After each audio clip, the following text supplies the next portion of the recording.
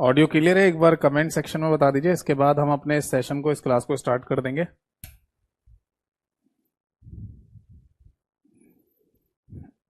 एक बार जल्दी से फटाफट कमेंट सेक्शन में यस लिखकर बता दीजिए ऑडियो क्लियर है।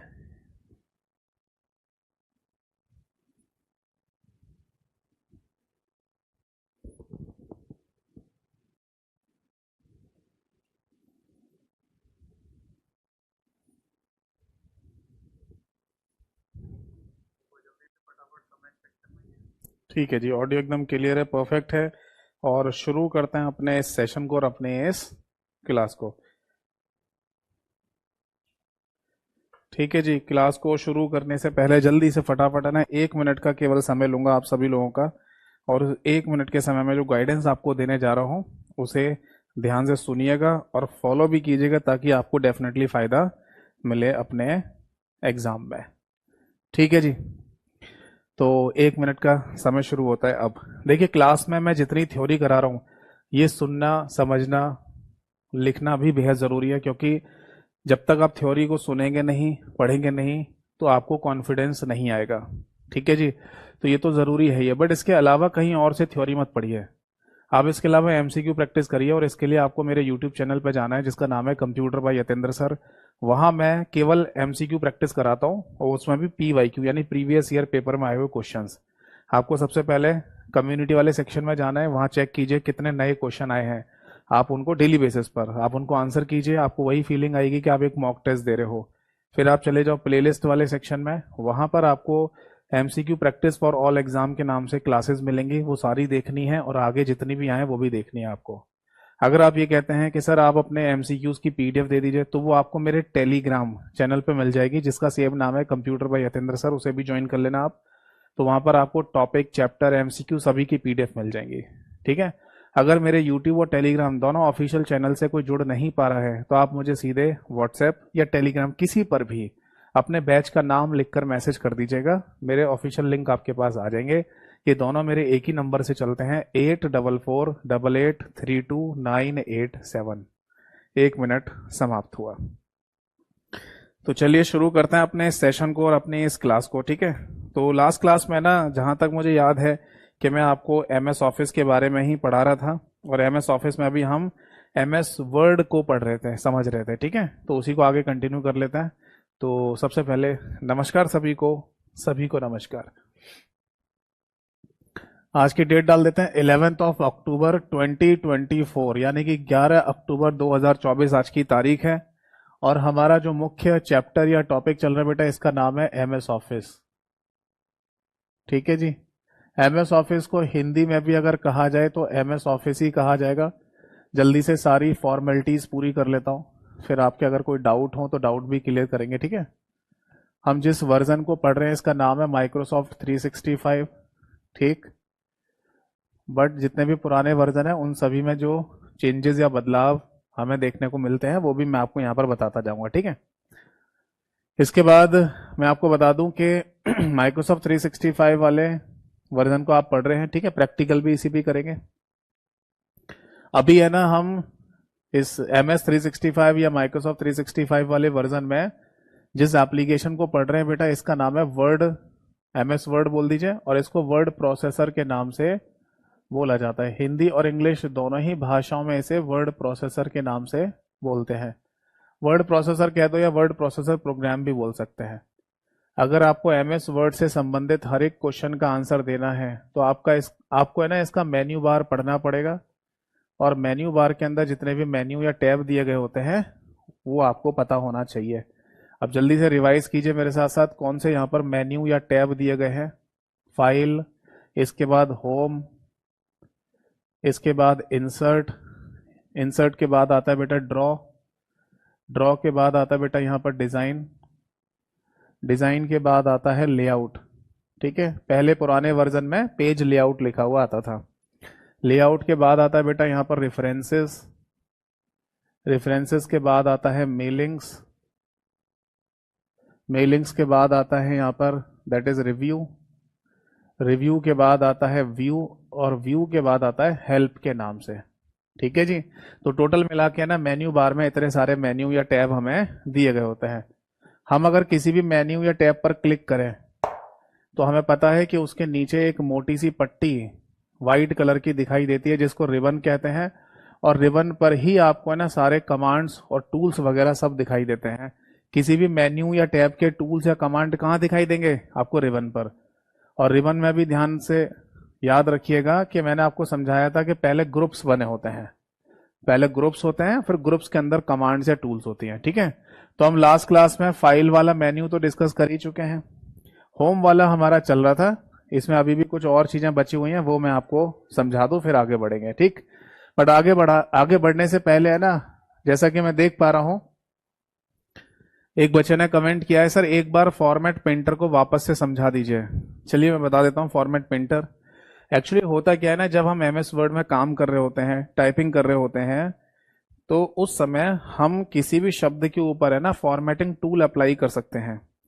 अब फॉर्मेटिंग टूल क्या होते हैं ये मैंने लास्ट क्लास में लिखवाया भी था आपको। ठीक है, जैसे बोल्ड, इटैलिक, अंडरलाइन करना, किसी फॉन्ट का साइज चेंज करना, किसी फॉन्ट का फॉन्ट फेस या फॉन्ट टाइप फेस चेंज करना, है ना, तो ये सब चीजें कहलाती हैं। कलर चेंज करना, तो ये सब चीजें कहलाती हैं फॉर्मेटिंग टूल्स।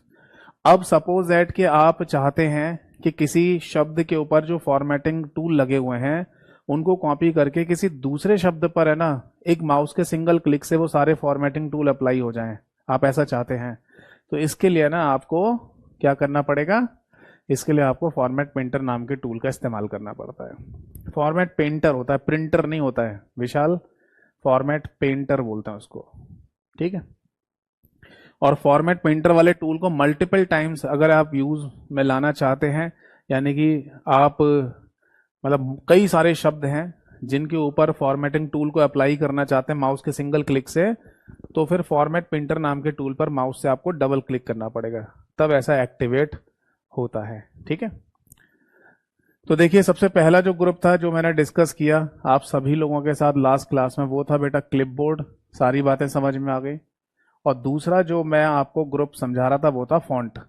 फॉन्ट के अंदर भी है ना हमने कुछ चीजें देख ली, जैसे कि फॉन्ट के बारे में बता दिया मैंने, जिसको फॉन्ट टाइप भी बोल देते हैं या फॉन्ट टाइप फेस भी कहा जाता है। इसके बाद है ना मैंने आपको फॉन्ट साइज के बारे में भी समझा दिया था, है ना। मुझे जल्दी से फटाफट कमेंट सेक्शन में बताइए, एमएस वर्ड में अगर आप मैक्सिमम फॉन्ट का साइज करना चाहें तो कितना होता है, बताइए।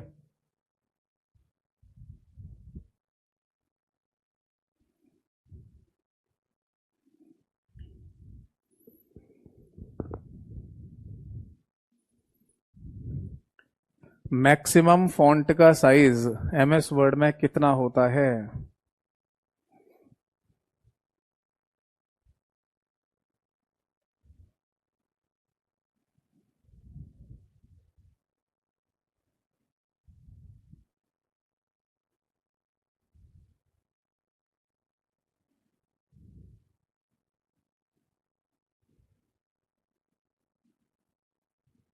अच्छा, मैंने जाते जाते केवल आपको फॉन्ट बताया था, फॉन्ट का साइज नहीं बताया था ना। यही मैं चेक कर रहा था अभी, नहीं बताया था मैं, चलिए बता देता हूँ उसको। ठीक है, देखो फॉन्ट का साइज है ना, ये इसको बताना रह गया है ना। फॉन्ट के बारे में मैंने बता दिया था, 3 नाम ध्यान रखने हैं हमको। एक तो 2003 वाले वर्जन तक टाइम्स न्यू रोमन, फिर 2003 2007 से लेकर आगे जितने भी वर्जन है यानी कि माइक्रोसॉफ्ट 365 वाले वर्जन तक कैलिबरी, और माइक्रोसॉफ्ट 365 वाले वर्जन में ही एक नई अपडेट आई है जिसमें फॉन्ट का नाम क्या कर दिया, अब बाय डिफॉल्ट फॉन्ट का नाम एप्टॉस कर दिया है, ये याद रखना है। फॉन्ट के साइज के बारे में चर्चा करते हैं। अब इसका मीनिंग क्या है वो मैं आपको समझाता हूं। देखो, अगर आप है ना एमएस वर्ड में टाइपिंग कर रहे हैं, एमएस वर्ड में काम कर रहे हैं, तो सीधी सी बात है आप जो भी लिखेंगे ना वो उसका साइज छोटा बड़ा तो हो ही सकता है ना। जैसे आपको हेलो शब्द लिखना है तो हेलो ऐसा भी लिख सकते हो, हेलो इतना बड़ा भी लिख सकते हो, आप हेलो को बहुत छोटा भी लिख सकते हो। तो इसका सिंपल सा मीनिंग ये है कि आपको है ना फॉन्ट का साइज एडजस्ट यहां पर करना पड़ेगा अपने अनुसार, यानी आप जितना फॉन्ट का साइज रखना चाहते हैं वो आप यहां पर रख सकते हो, बट कोई ना कोई तो लिमिट होती होगी ना फॉन्ट के साइज की। तो देखो जो लिमिट बनाई गई है वो कुछ इस तरीके से है, ध्यान रखिएगा। आप है ना जब एमएस वर्ड में काम करेंगे तो वहां पर ऐसे एक लिस्ट खुल के आती है फॉन्ट के साइज के लिए। इस तरीके से एक लिस्ट खुल के आएगी और इस लिस्ट में ना नंबर लिखे होते हैं यहाँ पर, और मिनिमम नंबर लिखा होता है यहाँ 8, फिर इसके आगे है ना 9, फिर 10, फिर 11, फिर 12, और इस तरीके से फिर ये नंबर आगे बढ़ते जाते हैं और यहाँ पर लिखा होता है लास्ट में 72, यानी कि 72। तो पहली बात तो ये आती है कि इस तरीके की कोई लिस्ट जो आपको कई सारे ऑप्शन दे और नीचे की तरफ गिरते हुए दिखाई दे तो उसे क्या बोला जाता है? तो बेटा इसे कहते हैं पुल डाउन मेन्यू या ड्रॉप डाउन मेन्यू। ये ध्यान रखना, इंपॉर्टेंट क्वेश्चन है, पेपरों में भी पूछा गया है। पहली बात तो मेन्यू शब्द का इस्तेमाल किया जाता है यहां पर, ठीक है, लिस्ट शब्द का इस्तेमाल नहीं करते। तो पुल डाउन मेन्यू या ड्रॉप डाउन मेन्यू के नाम से इसको बोल दिया जाता है। समझ में आ गई बात? आपको है ना इसका यही एग्जाम्पल आपको देखने को मिलेगा जब आप कोई ऑनलाइन फॉर्म भरते हैं और वहां पर आपको कोई कैटेगरी वगैरह भरनी है अपनी। आप जिस भी कैटेगरी में अप्लाई करते हैं तो कैटेगरी पे जैसी ऑप्शन पर क्लिक करते हैं तो नीचे गिरते हुए लिस्ट आती है ना, उसी को बोलते हैं। हर जगह कहीं पर भी हो ऐसी लिस्ट के क्लिक करने पर नीचे की तरफ गिर रही है और फिर कई सारे ऑप्शन आपको दिख रहे हैं, तो उनको पुल डाउन मेन्यू या ड्रॉप डाउन मेन्यू के नाम से बोला जाता है। तो एक बात तो समझ में आई कि यहां पर मिनिमम 8 और मैक्सिमम 72 नंबर आपको लिखा हुआ दिखाई देगा, बट एक्चुअल में मिनिमम 8 और मैक्सिमम 72 नहीं होता है। आप मैनुअली चाहें तो मिनिमम 1 तक और मैक्सिमम 1638 तक भी फॉन्ट के साइज को ले जा सकते हैं। मिनिमम 1 तक कर सकते हो और मैक्सिमम 1638 तक भी फॉन्ट का साइज चला जाएगा अगर आप खुद से नंबर टाइप करेंगे फॉन्ट के साइज का। ये आपको ऑप्शन दिया गया होता है यहाँ पर, आप इस जगह पर फॉन्ट का साइज खुद से टाइप कर सकते हो। जैसे यहाँ लिस्ट में ना आपको कहीं पर भी पॉइंट में नहीं मिलेगा फॉन्ट का साइज, जैसे 9 के बाद 10 लिखा है, 10 के बाद 11 लिखा हुआ है, बट आप है ना फॉन्ट का साइज 10.5 करना चाहते हैं तो क्या हो सकता है? हाँ हो जाएगा। आप मैनुअली यहाँ पर टाइप कर दीजिए 10.5 तो फॉन्ट का साइज 10.5 भी हो जाता है। तो बट कितना? मैक्सिमम 1638 तक। ठीक है, ये बात आपको यहाँ पर ध्यान रखनी है। अच्छा, अगर जब हम एमएस वर्ड में काम कर रहे होते हैं तो बाय डिफॉल्ट अपने आप ही कितना फॉन्ट का साइज आता है? तो इसमें भी 2 क्वेश्चन है। पहला क्वेश्चन तो ये है, लिखिए 12 पॉइंट। ये था टिल 2003 वाले वर्जन तक, यानी कि एमएस वर्ड 2003 वाले वर्जन तक 12 पॉइंट अपने आप पहले से आता था फॉन्ट का साइज। बट 2007 वाला वर्जन और इसके आगे जितने भी वर्जन आए इन्होंने क्या कर दिया? 11 कर दिया, 1 पॉइंट घटाकर, फ्रॉम 2007। तो ये बात भी आप नोट कर लीजिए, क्योंकि अगर पेपर में क्वेश्चन पूछा गया कि एमएस वर्ड में फॉन्ट का साइज बाय डिफॉल्ट कितना होता है तो इसके भी 2 आंसर हैं। 2003 वाले वर्जन तक 12 और 2007 वर्जन से 11 पॉइंट बाय डिफॉल्ट फॉन्ट का साइज होता है। अब नोट करेंगे यहां पर हम शॉर्टकट की। देखो क्या है, क्या हम फॉन्ट के साइज को है ना एक शॉर्टकट की से भी है ना बड़ा और छोटा कर सकते हैं? हाँ। तो देखो 2 ही चीजें है ना, या तो फॉन्ट के साइज को आप इंक्रीज करेंगे यानी कि आपको फॉन्ट का साइज बढ़ाना है, या फिर दूसरा ऑप्शन है कि आप फॉन्ट का साइज डिक्रीज करेंगे यानी कि आपको फॉन्ट का साइज घटाना है। या तो छोटा करना होगा या बढ़ाना होगा, बड़ा करना होगा, है नहीं? तो देखो, अगर आपको फॉन्ट का साइज इंक्रीज करना है तो बेटा इसकी शॉर्टकट की होती है कंट्रोल के साथ क्लोज ब्रैकेट, ये वाला ब्रैकेट आपको दबाना है। और अगर आपको फॉन्ट का साइज डिक्रीज करना है तो इसकी शॉर्टकट की है कंट्रोल के साथ ओपन ब्रैकेट। कीबोर्ड पर ये वाले ब्रैकेट वाले सिंबल होता है ना, तो इनका यूज आपको यहां पर करना होगा। अब आप बोलेंगे सर हम कभी अगर भूल गए, हमारे दिमाग में अगर कभी कंफ्यूजन आ गया कि इंक्रीज करने के लिए, बढ़ाने के लिए ये ब्रैकेट था या ये ब्रैकेट था, तो कोई ट्रिक नहीं है? यहाँ पर ट्रिक भी है। देखो, अगर मैं फॉन्ट के साइज को बढ़ाता जा रहा हूं, फॉन्ट के साइज को बढ़ाता जा रहा हूं, बड़ा करता जा रहा हूं, तो ये कहीं ना कहीं जाके तो रुकेगा ना। कहां रुक जाता है? 1638 पर जाकर।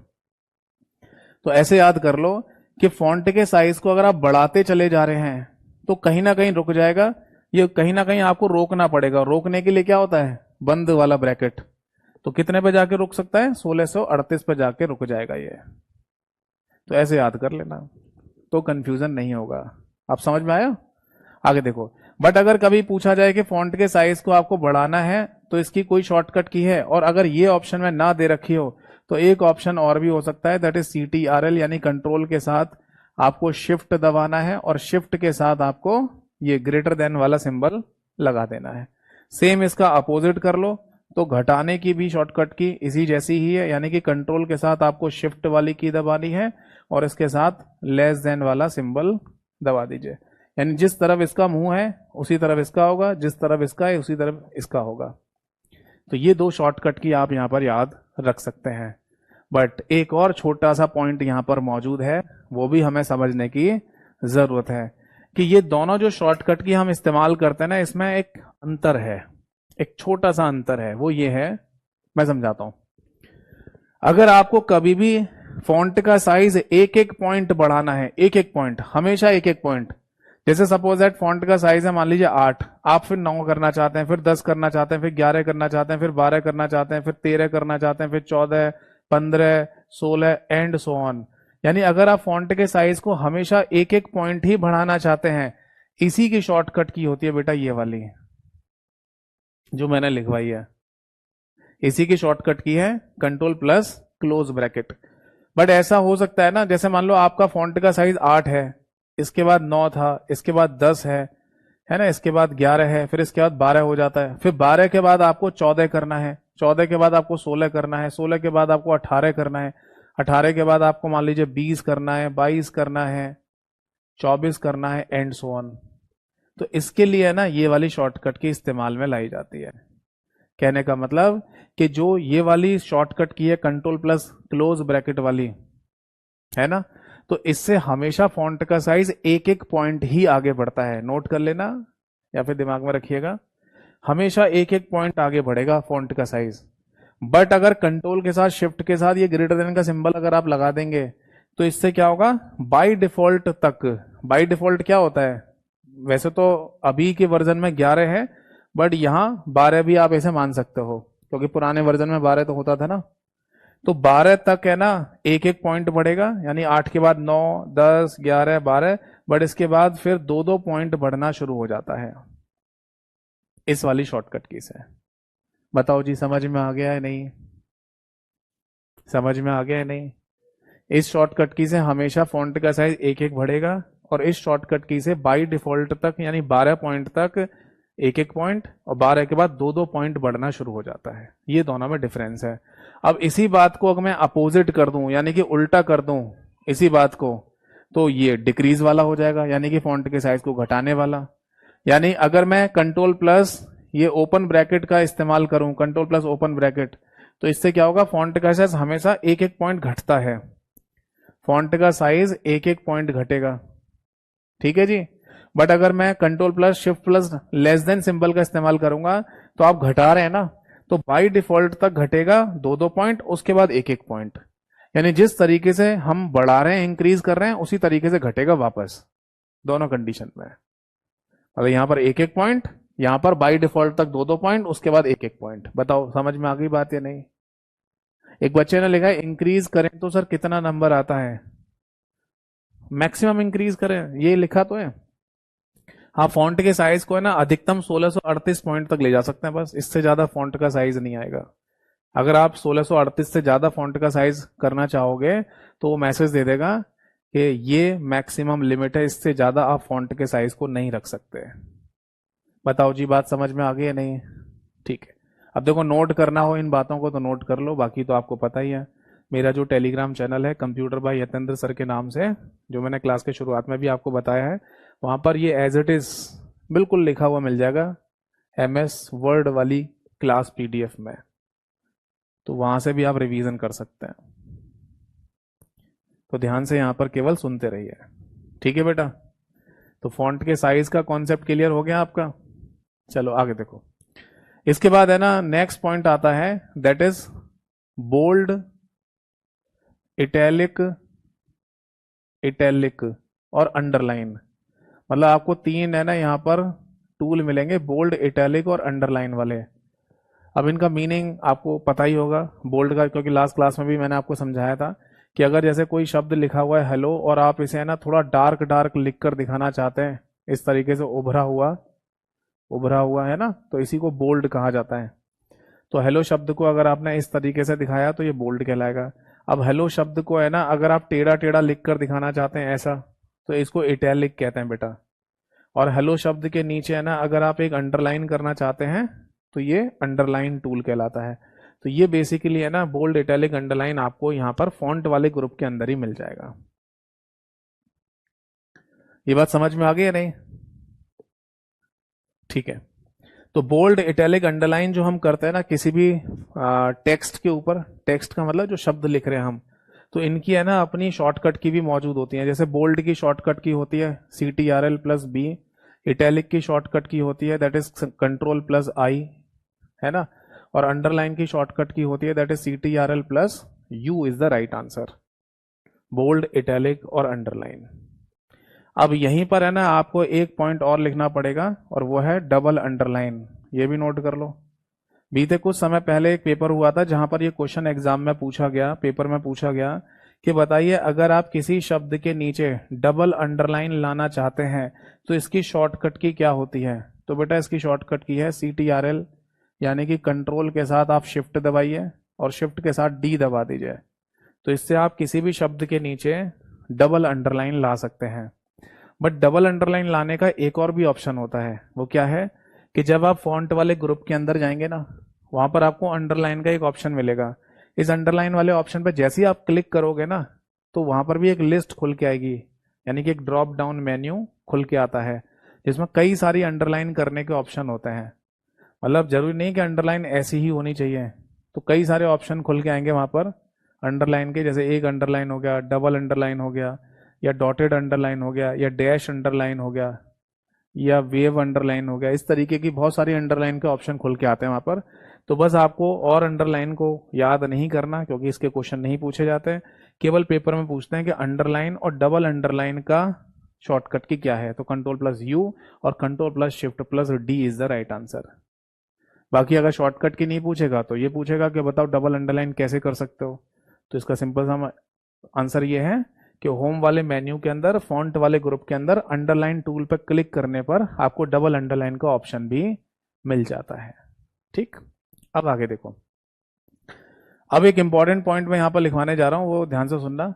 देखो, अगर कभी आपसे यह कहा जाए कि फॉन्ट स्टाइल ये क्या होते हैं MS वर्ड में, तो ध्यान से लिख लेना या दिमाग में रखना।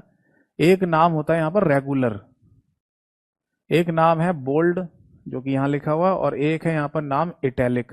इन तीनों शब्दों को MS वर्ड में फॉन्ट स्टाइल के नाम से बोला जाता है। अब आप बोलेंगे सर बोल्ड और इटैलिक तो देखो यहां पर लिखा हुआ है दोनों नाम, ये रेगुलर कहां लिखा हुआ मिलेगा। तो आंसर है इसका रेगुलर कहीं पर भी लिखा हुआ नहीं मिलता। कहीं पर भी ऑप्शन नहीं है रेगुलर शब्द का जिस पर आप क्लिक करके रेगुलर फॉन्ट स्टाइल कर लो। तो फिर ये रेगुलर आया कहां से।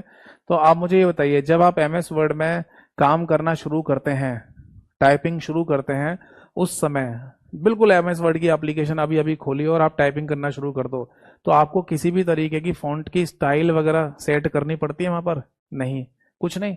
बस जैसे ही आप MS वर्ड की फाइल को ओपन करेंगे तुरंत टाइपिंग करना शुरू कर दो, लिखना शुरू कर दो। तो बाय डिफॉल्ट केस में, यानी कि स्वतः ही जो स्टाइल आपके सामने आती है टाइपिंग के लिए, उसी को हम यहां पर बेसिकली क्या कह रहे हैं, उसी को रेगुलर स्टाइल के नाम से बोला जाता है। बताइए बात समझ में आ गई या नहीं। तो लिखना चाहें तो हम लिख सकते हैं कि रेगुलर हमारे MS वर्ड में बाय डिफॉल्ट, यानी कि स्वतः ही आने वाला स्टाइल होता है। ये बात मैंने पहले भी आपको समझाई है कि बाय डिफॉल्ट शब्द है ना बहुत बार इस्तेमाल में लाया जाएगा यहाँ पर पूरे वर्ड, एक्सेल, पावर पॉइंट तीनों में, जिसका मीनिंग होता है स्वतः ही। मतलब कोई भी ऐसा काम जो अपने आप से हो रहा हो तो उसे बाय डिफॉल्ट कहा जाता है। तो रेगुलर फॉन्ट स्टाइल हमारे MS वर्ड में अपने आप ही सेलेक्ट होके आती है। ठीक है, तो तीन नाम होते हैं फॉन्ट स्टाइल के, रेगुलर, बोल्ड, इटैलिक। अब इसके बाद आगे देखिए, ये नोट कर लिया सभी ने, बोल्ड, इटैलिक, अंडरलाइन। इसके बाद जैसे हम आगे बढ़ेंगे ना तो हमें यहाँ पर यानी कि फॉन्ट वाले इस ग्रुप के अंदर और भी कई सारे टूल मिल जाएंगे, जैसे कि स्ट्राइक थ्रू के नाम से। स्ट्राइक थ्रू ये क्या होता है जी? आपने कभी है ना ऐसा देखा है, आपने कभी देखा है ऐसा कि कोई शब्द लिखा हुआ है और उसके मतलब कोई भी शब्द लिखा हुआ है और उसको बीच में से ऐसे कट करके दिखाया गया हो, या जस्ट सपोज दैट कोई प्राइसिंग वगैरह लिखी हुई है उसको बीच में से कट करके ऐसे दिखाया हो। और ऐसे चीज, ये चीज है ना आपको कहाँ देखने को मिलेगी? ये चीज मिलेगी आपको जैसे किसी जगह पर डिस्काउंट वगैरह दिया जा रहा होगा, या होता है ना, कहीं कहीं पर डिस्काउंट दिखाते हैं कि 1,000 रुपए का कोई प्राइस है, उसको डिस्काउंट करके 50% डिस्काउंट पर ये 500 रुपीज का हो गया, तो ऐसे दिखा देता है कि 50% का डिस्काउंट कर दिया है और 1,000 रुपए की चीज अब 500 रुपए में मिल रही है, तो बीच में से कट करके दिखाते हैं। तो इसी को बेसिकली स्ट्राइक थ्रू के नाम से बोला जाता है। तो स्ट्राइक थ्रू नाम का भी टूल आपको यहाँ पर दिया गया होता है। इसकी अपनी कोई शॉर्टकट की होती है, तो आंसर है नहीं, इसकी कोई शॉर्टकट की नहीं है। इसके बाद है ना, इसी फॉन्ट वाले ग्रुप में आपको एक टूल मिलेगा जिसको बोलते हैं सुपर स्क्रिप्ट। ये शायद आपको पता होगा, आपने पहले भी अप्लाई किया होगा। सुपर स्क्रिप्ट क्या होता है? सुपर स्क्रिप्ट में बेसिकली है ना, आप किसी भी टेक्स्ट को बेस लाइन से ऊपर ले जाते हैं।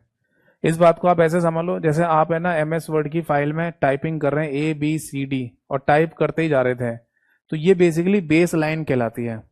अब आपको लगता है या आपको लगे कि ये CD जो लिखा हुआ है इसे मुझे AB के ऊपर ले जाना है, जैसे पावर लगाई जाती है, तो आप क्या करेंगे, फिर से AB लिखेंगे और इस CD को सेलेक्ट करके सुपर स्क्रिप्ट पर क्लिक कर देंगे, तो CD ऐसे ऊपर चला जाएगा बेस लाइन से।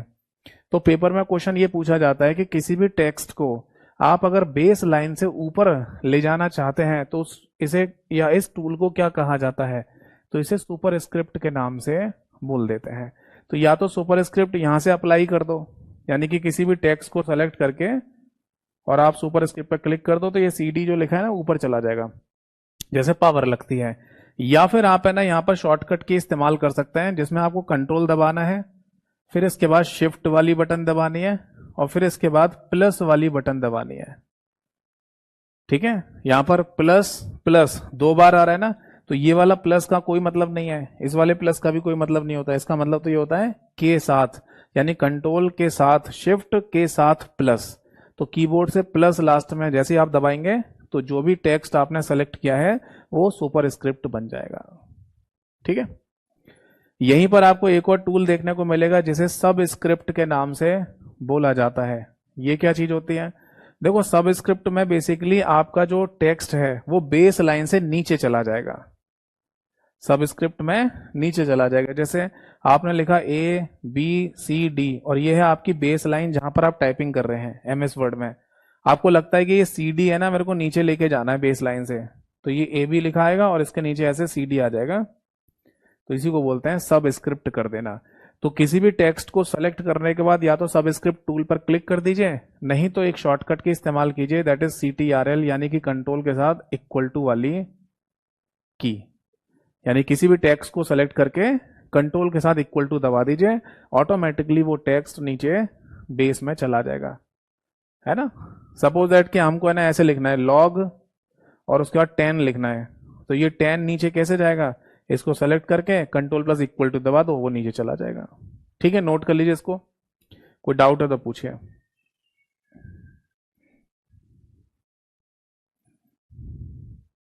बताइए, यहां तक की कहानी सभी को क्लियर हुई या नहीं?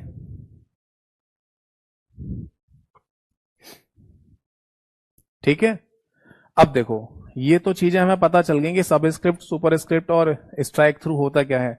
बट MS वर्ड में इन तीनों नाम को भी कलेक्टिवली कुछ कहा जाता है, तो आंसर है जी हाँ। जिस तरीके से बोल्ड, इटैलिक और रेगुलर को फॉन्ट स्टाइल कहा जाता है, ऐसे ही है ना in strike through, super script और सब स्क्रिप्ट को फॉन्ट इफेक्ट के नाम से बोलते हैं MS वर्ड में, फॉन्ट इफेक्ट्स कहा जाता है। तो लिख लीजिए, सब स्क्रिप्ट, सुपर स्क्रिप्ट और स्ट्राइक थ्रू। अभी बीते कुछ समय पहले एक पेपर हुआ है जहां पर यह क्वेश्चन पूछा गया था कि बताओ MS वर्ड में इनमें से कौन सा फॉन्ट इफेक्ट होता है, तो एक ऑप्शन पर लिखा था स्ट्राइक थ्रू, वही सही आंसर था हमारा। ठीक है, नोट कर लीजिए। ठीक है जी, समझ में आ गया। बाकी देखो, मैं आपको बता दूं कि इन सभी नामों को, ये जैसे font typeface, font face या केवल फॉन्ट भी कह सकते हो, फिर फॉन्ट साइज है, bold, italic, underline, strikethrough, superscript, subscript, इन सभी नामों को भी कलेक्टिवली कुछ कहा जा सकता है एक साथ। हाँ, तो इन सभी नामों को एक नाम से भी बोला जा सकता है जिसे हम फॉर्मेटिंग टूल कहते हैं, फॉर्मेटिंग टूल कह देता है। हिंदी में कोई नाम होता है? नहीं, हिंदी में कोई नाम नहीं होता। जब आपसे कहा जाए कि फॉर्मेटिंग टूल इनमें से कौन कौन से होते हैं, तो ये सारे के सारे फॉर्मेटिंग टूल कहलाते हैं। ठीक, अब यहां पर एक शॉर्टकट की और बताने जा रहा हूं, काफी इंपॉर्टेंट है, पेपर में भी पूछी गई है। जब आपसे ये कहा जाए ना कि एमएस वर्ड में कंट्रोल प्लस ए से क्या होता है, तो ये सभी को पता होता है, शॉर्टकट की सभी को पता है, इसे सेलेक्ट ऑल के लिए इस्तेमाल में लाया जाता है। मतलब आपने एमएस वर्ड की फाइल में जो भी कंटेंट टाइप किया है उसको एक बार में पूरा सेलेक्ट करना है, तो सेलेक्ट ऑल के लिए कंट्रोल ए दबा दीजिए। आप है ना एमएस वर्ड में कंट्रोल प्लस बी दबाएंगे तो इससे बोल्ड हो जाता है, कोई भी शब्द को आप बोल्ड उभरा करके दिखा सकते हैं। अगर आप एमएस वर्ड में कंट्रोल के साथ सी इस्तेमाल करेंगे तो ये कॉपी के लिए इस्तेमाल में लाई जाती है। बट मैं आपसे पूछना चाहूंगा कि कंट्रोल प्लस डी का इस्तेमाल किस लिए करते हैं, कोई बता सकता है? एमएस वर्ड में अगर आप काम कर रहे हैं तो कंट्रोल प्लस डी अगर आपने, है ना, अगर आप कंट्रोल प्लस डी इस्तेमाल कर रहे हैं तो इससे क्या होता होगा, कभी किसी ने पढ़ा है? चलिए मैं बताता हूं। कंट्रोल प्लस ए से select all, control plus B से बोल्ड, कंट्रोल प्लस सी से कॉपी, कंट्रोल प्लस डी से क्या होता है ये बताना है मेरे को। बाकी है ना, जैसे मैं एमएस वर्ड को ये सारे जो टूल्स वगैरह हैं, कहां तक मैं बता सकता हूं आपको, आप ये समझ लो लेआउट तक जैसे ही खत्म कर लेंगे, या लेआउट तक जाने की जरूरत भी नहीं है, इंसर्ट तक देख लेंगे, है ना, इंसर्ट तक देख लेते हैं, यानी इंसर्ट तक जैसे ही कंप्लीट करेंगे फिर मैं आपको कंट्रोल के साथ ए से लेकर जेड तक सारी शॉर्टकट की लिखवाऊंगा और सभी का मीनिंग भी बता दूंगा। ठीक है, इंसर्ट तक खत्म करने दीजिए। देखो एक्चुअली होता क्या है कि जब आप एमएस वर्ड में काम कर रहे होते हैं उस समय अगर आपने कंट्रोल प्लस डी दबा दिया, यानी कि CTRL प्लस डी अगर दबा दिया, तो आपके सामने एक डायलॉग बॉक्स खुल के आता है और उस डायलॉग बॉक्स पर लिखा होता है फॉन्ट। अब ये बात भी आपको पता होनी चाहिए कि डायलॉग बॉक्स शब्द भी MS Word, Excel, PowerPoint में बहुत बार इस्तेमाल में लाया जाएगा, कई बार आता है ये शब्द। और इसका मीनिंग क्या होता है? इसका मीनिंग है स्मॉल विंडो, यानी कोई भी एक छोटी सी स्मॉल विंडो जिसको आप फुल स्क्रीन पर ना कर सकें, कोई ऑप्शन ही नहीं है कि उसे पूरे स्क्रीन पर बड़ा करके देखा जा सके, तो उन्हें डायलॉग बॉक्स कहा जाता है। और ऐसे डायलॉग बॉक्स में कोई ना कोई इंफॉर्मेशन लिखी होगी और नीचे ओके या कैंसिल का अक्सर बटन हमें देखने को मिलता है। ठीक है, तो यहां पर कंट्रोल प्लस डी दबाने से basically font dialog box open होगा और इस फॉन्ट डायलॉग बॉक्स के अंदर जो टूल आपको यहां पर दिखाई देते हैं, ये सारे के सारे टूल यही वाले होते हैं जिनको फॉर्मेटिंग टूल कहा जाता है। तो सपोज दैट कि अगर आपके पेपर में ये क्वेश्चन आया कि एमएस वर्ड में अगर आप फॉर्मेटिंग टूल्स को एक साथ देखना चाहते हैं, कलेक्टिवली एक ही जगह पर रखा हुआ देखना चाहते हैं, तो इसके लिए कौन सी शॉर्टकट की इस्तेमाल में लाई जाती है? तो इसका आंसर है control plus D is the right answer. Note कर लीजिए, कोई डाउट है तो पूछिए। समझ में आया? अब देखो बेटा, होता क्या है ना, जब हम बिल्कुल ही प्रैक्टिकल कर रहे होते हैं ना, वहां एक नुकसान हो जाता है। वहां नुकसान ये हो जाता है कि वहां पर है ना, जैसे मैंने कुछ टीचर्स को भी देखा है, बिल्कुल ही प्रैक्टिकली समझा देते हैं कि ये चीज देखो यहाँ होती है, ये चीज यहाँ होती है। तो ये तो पता चल जाता है कि देखो फॉन्ट का साइज कहां पर दे रखा होता है ना, वहां ये तो पता चल जाता है कि बोल्ड, इटैलिक, अंडरलाइन का ऑप्शन देखो यहां दे रखा है। बट ये नहीं पता चल पाता वहां पर, ये बातें डिस्कस नहीं हो पाती वहां पर कि इन सभी में से फॉन्ट स्टाइल किसे कहा जाता है, इन सभी में से फॉन्ट इफेक्ट किसको कहते हैं, और इन्हीं सभी को कलेक्टिवली फॉर्मेटिंग टूल कहा जाता है। ये सब बातें वहां पर छूट जाती हैं। इसीलिए मैंने ये तरीका बनाया कि पहले आप थ्योरेटिकल हर चीज को जानिए जो पेपर में पूछी जा रही है। आपने एक बार हर एक चीज को थ्योरेटिकल समझ लिया, याद कर लिया, उसके बाद आप प्रैक्टिकल कर लो, तब आपको समझ में आ जाएगा कौन सी चीज कहां पर है। ठीक है, तो ये बात है ना, आप दिमाग में रखिएगा। चलो अब आगे बढ़ते हैं। तो फाइनली है ना, फॉन्ट वाले ग्रुप के अंदर है ना हमें काफी सारे टूल्स देखने को मिले। अभी एक दो टूल और बचे हुए हैं, वो भी डिस्कस कर लेते हैं। जैसे अगर आप किसी भी फॉन्ट का कलर चेंज करना चाहते हैं तो कलर का ऑप्शन भी आपको यहीं पर मिल जाएगा, फॉन्ट के अंदर भी। ठीक है, फॉन्ट वाले ग्रुप के अंदर, तो मैं यहां लिख देता हूं टेक्स्ट का कलर। और एक इंपॉर्टेंट टूल अभी फॉन्ट वाले ग्रुप के अंदर और है, जिसे बेसिकली चेंज केस के नाम से बोला जाता है। केस चेंज कह दो या चेंज केस कह दो, एक ही बात है, दोनों शब्दों को आगे पीछे करके पूछ लेता है, चेंज केस या केस चेंज। अब इसका मीनिंग क्या है मैं समझाता हूं। सपोज दैट कि अगर आपको है ना हेलो नाम का शब्द लिखना है, तो आप एमएस वर्ड में हेलो को ऐसे लिख सकते हैं, हेलो को आप ऐसे भी तो लिख सकते हैं, हेलो को आप ऐसे भी तो लिख सकते हैं, और हेलो को आप ऐसे भी तो लिख सकते हैं। आप बोलेंगे सर पहला दूसरा और तीसरा तो चलो हमने लिखा ही है, चौथा कौन सा है भाई? आपने ना इसमें पहला लेटर तो स्मॉल कर दिया, बाकी सारे कैपिटल कर दिए, ऐसे कौन लिखता है? देखिए लिखता तो कोई नहीं है, बट हमारे एमएस वर्ड में हमको ऐसा एक केस दे रखा है, इन्हें केस बोलते हैं। यानी अगर आप पहला लेटर कैपिटल और बाकी सारे स्मॉल लिख रहे हैं तो इसी को है ना सेंटेंस केस के नाम से बोलते हैं। क्या बोलते हैं? Sentence case. कई बार इसको रेगुलर केस भी बोल देते हैं। ये जो सारे के सारे अपर लेटर्स में लिखे हुए हैं यानी कैपिटल लेटर्स में, तो इसको बेसिकली अपर केस के नाम से बोल दिया जाता है। इसमें सारे के सारे स्मॉल में लिखे हुए हैं तो इसको लोअर केस के नाम से बोल दिया जाता है। और इसमें जो पहला स्मॉल है बाकी सारे कैपिटल हैं तो इसको टॉगल केस के नाम से बोला जाता है। Toggle case. ये ध्यान रखना कि सेंटेंस केस और toggle case opposite to each other होते हैं, यानी दोनों एक दूसरे के उल्टे होते हैं। देखो यहां पहला कैपिटल है बाकी सारे स्मॉल हैं, यहां पहला स्मॉल है बाकी सारे कैपिटल है। ठीक है, तो अगर कभी पेपर में क्वेश्चन ये भी पूछ लिया जाए कि एमएस वर्ड में सेंटेंस केस का अपोजिट केस बताओ क्या होता है, या टॉगल केस का अपोजिट केस बताओ क्या होता है, तो ये दोनों एक दूसरे के अपोजिट हैं, ये बात ध्यान रखिएगा। एमएस वर्ड में एक पांचवा और भी केस होता है जिसको बोलते हैं कैपिटलाइज। Capitalise each word. ये कौन सा केस है? कैपिटलाइज ईच वर्ड का कोई हिंदी नाम तो नहीं है, इसको अंग्रेजी में याद रखना पड़ता है, बट मीनिंग निकाल सकते हैं कि हर एक शब्द का पहला अक्षर कैपिटल होना।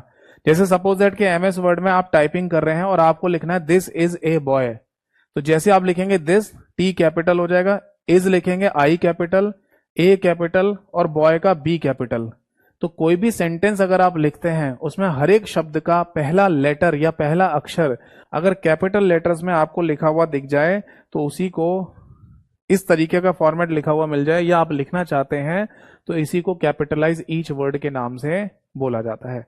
तो मुझे ये बताइए कि टोटल मिला के केस चेंज या चेंज केस कितने प्रकार के होते हैं? तो आंसर है टोटल 5 टाइप के होते हैं। नोट कर लीजिए इसको।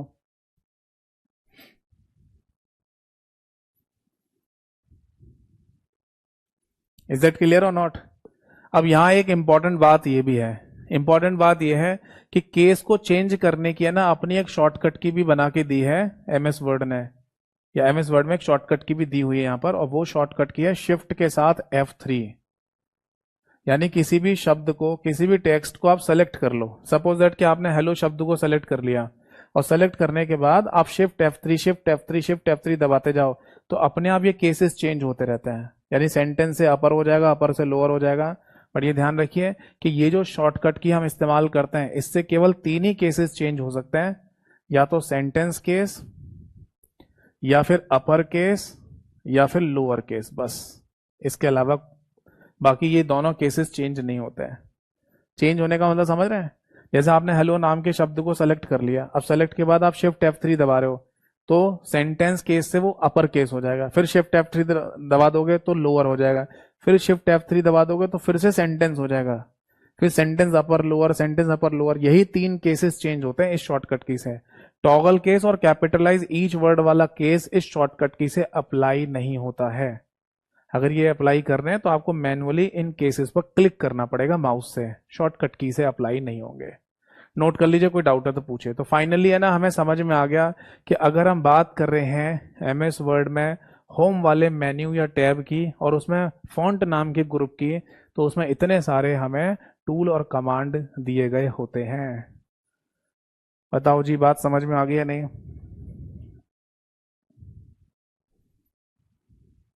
ठीक है, अब देखा आपने सारा का सारा खेल यहां पर किस चीज का है? केवल कमांड्स और टूल्स का ही है। आपने अगर हर एक कमांड के बारे में जान लिया, सुन लिया, तो आप हर एक क्वेश्चन का आंसर दे देंगे। चलो अब आगे देखते हैं। फॉन्ट वाले इस ग्रुप के बाद है ना अगला हमें यहां पर एक और ग्रुप देखने को मिलता है और वो है पैराग्राफ के नाम से। ठीक है, पैराग्राफ वाले ग्रुप में जैसे ही आप जाएंगे होम के अंदर पैराग्राफ वाले ग्रुप में, तो सबसे पहला ही है ना आपको टूल देखने को मिलेगा और वो है दैट इज बुलेट्स का। बुलेट्स क्या चीज होती है भाई? बुलेट का मतलब ये होता है बेसिकली कि अगर आप कोई, मतलब अगर आप टाइपिंग कर रहे हैं तो आपको हर एक लाइन से पहले एक बुलेट लगानी है, एक मार्क टाइप का लगाना है, जैसे मान लो एमएस वर्ड में टाइपिंग की आपने और ये कुछ लाइनें लिखी हैं, तो आप है ना यहाँ पर ऐसे पॉइंट पॉइंट से लगाना चाहते हो। जैसे हम किसी है ना अपनी नोटबुक में लिख रहे होते हैं ना, कोई टेक्स्ट वगैरह टाइपिंग कर रहे हैं, लिख रहे हैं, तो हमें एडवांटेज डिसएडवांटेज वगैरह टाइप के लिखने होते हैं, तब हम ऐसा करते हैं, एक डॉट सी बना के, या डॉट नहीं बनाएंगे तो डैश जैसा बना देते हैं ऐसे करके, पहला पॉइंट दूसरा पॉइंट। तो इस तरीके के सिंबल्स अगर आप इस्तेमाल करते हैं किसी भी लाइन से पहले, तो इन्हीं को बुलेट्स कहा जाता है। तो ये बुलेट्स बेसिकली दो तरीके से हो सकती हैं, या तो ये अननंबर्ड हो सकती हैं, अननंबर्ड बुलेट्स, ठीक है बेटा, या फिर ये बुलेट्स है ना नंबर्ड बुलेट भी हो सकती हैं। नंबर्ड बुलेट का मतलब क्या होता है? इसका मीनिंग है कि आप चाहें तो नंबरिंग भी डाल सकते हैं। जैसे सपोज दैट कि आपके एमएस वर्ड की फाइल में 4 पॉइंट लिखे हुए हैं, तो आप 1 2 3 4 ऐसे भी डाल सकते हैं, या फिर A B C D ऐसे डाल सकते हैं, या कैपिटल में A B C D ऐसे लिख सकते हैं, या फिर रोमन में 1 2 3 और 4 ऐसे लिख सकते हैं। तो इस तरीके से अगर आप नंबरिंग करना चाहते हैं तो इन्हें बुलेट्स कहा जाता है और इन्हें नंबर्ड बुलेट के नाम से बोल दिया जाता है। समझ में आ गई बात? ठीक है जी। अब क्या कोई बुलेट अप्लाई करने की शॉर्टकट की भी होती है? हाँ, देखो बुलेट्स अप्लाई करने की एक शॉर्टकट की भी होती है। तो ये पॉइंट है ना, आप ऐसे यहाँ नोट कर लीजिए। और ये शॉर्टकट की है CTRL, यानी कि कंट्रोल दबाना है, फिर इसके बाद आपको शिफ्ट दबाना है, और इसके बाद आपको L दबाना है, कंट्रोल शिफ्ट प्लस L। अब बात ये आती है कि सर ये शॉर्टकट की अगर हम इस्तेमाल करते हैं तो इससे बुलेट कौन सी बन के आएगी? तो इस वाली शॉर्टकट की से ना जो बुलेट आपके सामने बन के आती है वो होती है ऐसे डॉट जैसी, एक डार्क डॉट जैसा बन के आ जाएगा। सपोज दैट कि आपने ये चारों की चारों लाइनों को सेलेक्ट कर लिया, और जब आप इन चारों लाइन को सेलेक्ट कर लेंगे तो उसके बाद जैसे ही आप control plus shift plus L दबाएंगे तो अपने आप इन चारों लाइनों से पहले ऐसे डॉट डॉट से बन के आ जाएंगे। तो इसे बोलते हैं बुलेट्स, डॉट बुलेट्स। बट ये बताओ, ये नंबर्ड है या अननंबर्ड है? तो आंसर है अननंबर्ड। तो ये भी कह सकते हैं कि ये जो शॉर्टकट की हम इस्तेमाल करेंगे बुलेट अप्लाई करने के लिए, ये एक अननंबर्ड बुलेट के लिए इस्तेमाल में लाई जाती है। नोट कर लीजिए, कोई डाउट है तो पूछिए। समझ में आ गया सभी को? तो अगर आप बुलेटेड फॉर्म में लिखना चाहते हैं एमएस वर्ड की फाइल में, तो आप बुलेट्स अप्लाई करके भी लिख सकते हैं। चलो आगे देखो। इसके बाद है ना एक और टूल हमें यहां देखने को मिलता है, और वो है अलाइनमेंट के नाम से। अलाइनमेंट्स, ये क्या होता है जी? देखो, जब आप एमएस वर्ड की फाइल में काम करते हैं ना, तो आपने नोटिस किया होगा कि हम जो भी लिख रहे हैं वो लेफ्ट साइड से, यानी कि बाईं तरफ से दाईं तरफ, यानी लेफ्ट से राइट की तरफ लिखता हुआ दिखाई देता है। ऐसे टाइपिंग चल रही होती है, यानी यहां से लाइन शुरू होगी खत्म होगी, फिर यहां से शुरू होगी फिर खत्म होगी, ऐसे ही होता है ना। तो इसको बेसिकली लेफ्ट अलाइनमेंट के नाम से बोला जाता है। यानी कि जिस तरफ से लिखावट आपकी दिखाई दे रही है, लिखना दिखाई दे रही है, या जिस तरफ से आपकी लिखावट शुरू हो रही है, तो उसको उसी नाम से बोला जाएगा। तो इसे अगर हम देख रहे हैं कि लेफ्ट से राइट की तरफ आप लिख रहे हो, तो इसे लेफ्ट अलाइनमेंट बोलेंगे। अगर सपोज दैट कि आप ऐसा लिखना चाहें कि यानी राइट साइड से लिखता हुआ दिखाई दे जो लेफ्ट की तरफ जाए, जैसे उर्दू लिखी जाती है, तो इसका भी कोई नाम है? हाँ, कहां से शुरू हो रहा है? राइट से, तो इसको राइट अलाइनमेंट कहा जाएगा। अब बात यह आती है कि सर राइट अलाइनमेंट में जो भी हम अंग्रेजी में लिखेंगे, क्या वो उर्दू की तरह लिखा हुआ आएगा? जैसे अगर मान लो आपको लिखना है दिस, तो दिस ऐसा लिखा हुआ आएगा। जैसे मान लो आपको लिखना है दिस इज ए बॉय, तो अगर राइट से लेफ्ट की तरफ लिखता हुआ जा रहा है तो क्या ऐसा लिखा हुआ आएगा? दिस इज ए, अरे मैंने बिल्कुल ही उर्दू लिख दी, दिस इज ए बॉय, क्या ऐसा लिखा हुआ आएगा? नहीं, ऐसा नहीं, ये तो फिर अंग्रेजी बदल गई।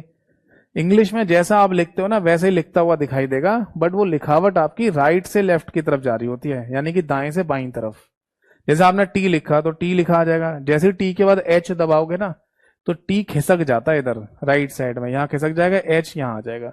और इस तरीके से जैसे जैसे जो जो अल्फाबेट आप लिखते जाएंगे, तो ये वाले पहले वाले इधर खिसकते जाएंगे, नए वाले इधर आते जाते हैं राइट में। तो कहने का मतलब ये कि जैसा आप अंग्रेजी में सेंटेंस लिखते हैं उसी तरीके से लिखता हुआ दिखाई देगा आपको, बट राइट से लेफ्ट की तरफ। तो इसी को राइट अलाइनमेंट कहते हैं। अगर आपको लगता है कि मेरे को टेक्स्ट बिल्कुल बीचों बीच में लिखना है, बिल्कुल बीचों बीच में, तो इसको भी कोई नाम देते हैं। हाँ, इसको सेंटर अलाइनमेंट के नाम से बोला जाता है।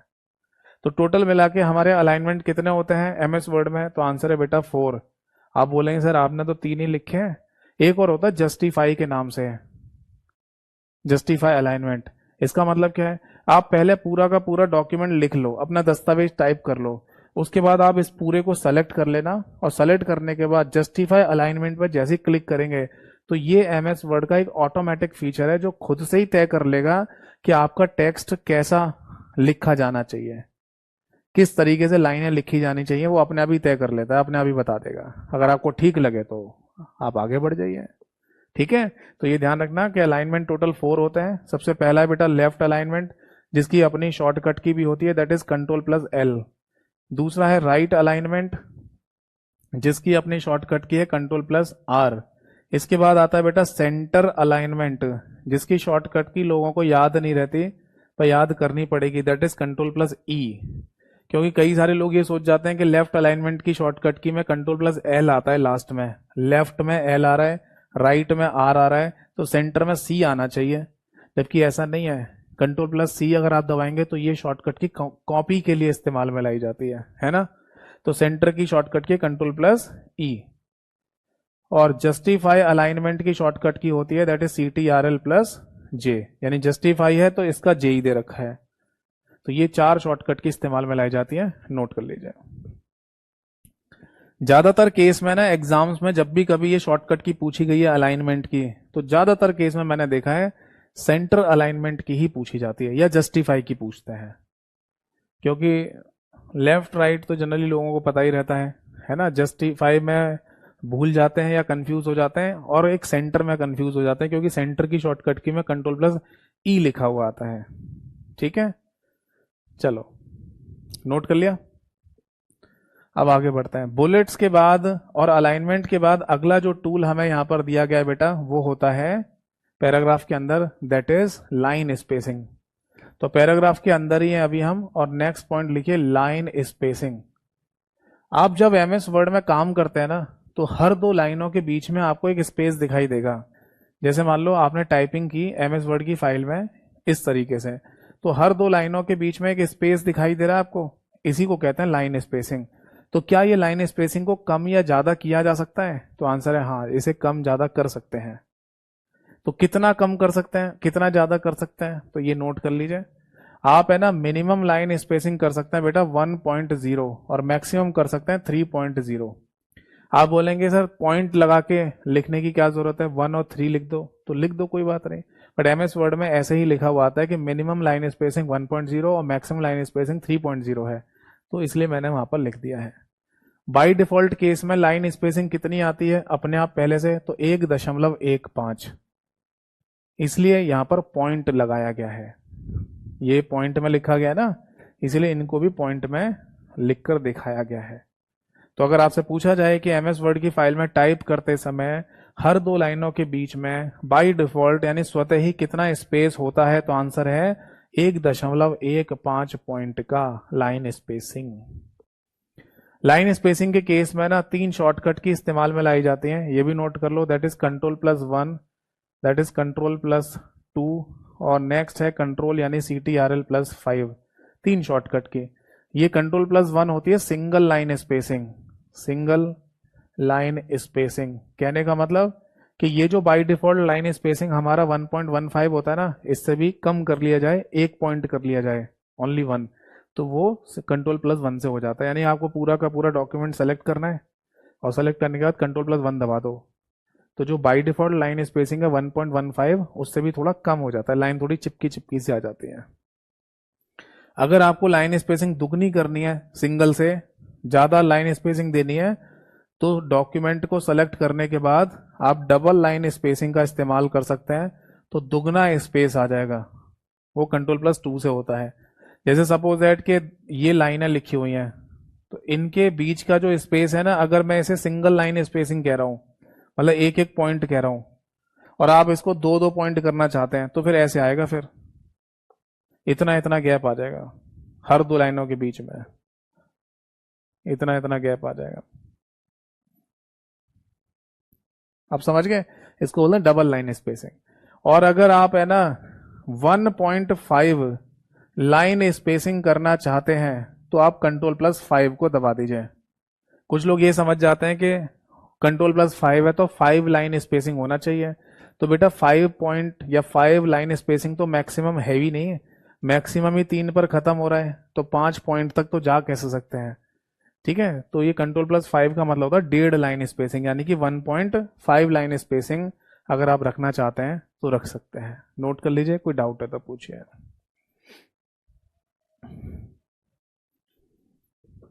बताइए जी, कहानी समझ में आई या नहीं। तो इसी तरीके से एग्जाम में क्वेश्चन पूछते हैं कि बताओ अगर आप हर दो लाइनों के बीच में 1.5 यानी 1.5 लाइन स्पेसिंग रखना चाहते हैं तो आपको कौन सी शॉर्टकट की इस्तेमाल में लानी होगी। या पूछेंगे कि लाइन स्पेसिंग मिनिमम और मैक्सिमम कितनी होती है।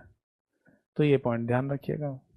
चलो आगे देखो, पैराग्राफ वाले ग्रुप के अंदर ही है ना आपको एक और टूल यहां देखने को मिलेगा जिसे बॉर्डर कहा जाता है। तो अगला हेडिंग डालिए बॉर्डर। ये क्या चीज होती है भाई। देखो बॉर्डर का मतलब सिंपल सा होता है एक तरीके से आउटलाइन। अगर आप लिखना चाहते हैं तो ऐसा लिख सकते हो, just like outline, just like outline. अब इस बात को ऐसे समझो, सपोज दैट क्या ना मैंने लिखा this is a boy, this is a boy, ये टाइपिंग की है एमएस वर्ड में। अब मैं ये चाहता हूं कि इसके ऊपर ऐसे एक बॉक्स टाइप का बन के आ जाए, एक आउटलाइन टाइप की बन के आ जाए, तो इसी को क्या कहते हैं, इसी को बॉर्डर कहा जाता है। या फिर मान लीजिए मैंने लिखा हेलो नाम का शब्द, इसको इसके ऊपर मैं आउटलाइन करना चाहता हूं तो इसको भी बॉर्डर कहेंगे। या सपोज दैट कि मैं हेलो नाम के शब्द के नीचे नीचे आउटलाइन करना चाहता हूं, आप बोलेंगे सर ये तो अंडरलाइन हो गई। हाँ अंडरलाइन जैसा ही है बट इसे भी बॉर्डर कहा जाता है। यानी कि जरूरी नहीं है कि पूरे चारों तरफ आउटलाइन आ जाए, आप जिस तरफ आउटलाइन रखना चाहें वैसे भी रख सकते हो। तो इसे बोलते हैं बॉटम बॉर्डर। अगर आप टॉप में बॉर्डर दिखाना चाहें टॉप बॉर्डर, अगर आप लेफ्ट में बॉर्डर दिखाना चाहें तो इसे लेफ्ट बॉर्डर कहेंगे, और अगर आप राइट में बॉर्डर दिखाना चाहते हैं तो इसे राइट बॉर्डर के नाम से बोल दिया जाएगा। यानी किसी भी शब्द के चारों तरफ जिस डायरेक्शन में आपको बॉर्डर लगाना हो सिंगल, वो भी लगा सकते हो।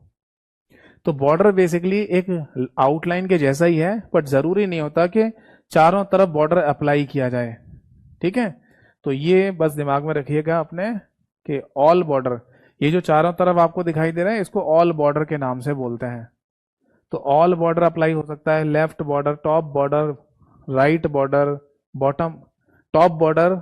फिर से बोल देता हूं, अगर आप ऑल बॉर्डर अप्लाई नहीं करना चाहते यानी चारों तरफ बॉर्डर नहीं लगाना आपको, तो top border, bottom border, left border, right border apply कर सकते हैं। अब मुद्दे की बात और क्वेश्चन जो आपसे पूछा जाएगा वो क्या होगा यहाँ पर, वो क्वेश्चन ये होगा कि ये बॉर्डर कहां पर अप्लाई किया जा सकता है, किन किन चीजों पर अप्लाई किया जा सकता है। तो बेटा देखो, आप है ना ये बॉर्डर किसी भी लेटर के ऊपर अप्लाई करना चाहें तो लेटर के ऊपर भी अप्लाई हो जाएगा। जैसे मान लो आपने केवल एच लिखा, इसके ऊपर अप्लाई करना चाहें तो ऐसे भी अप्लाई हो जाएगा।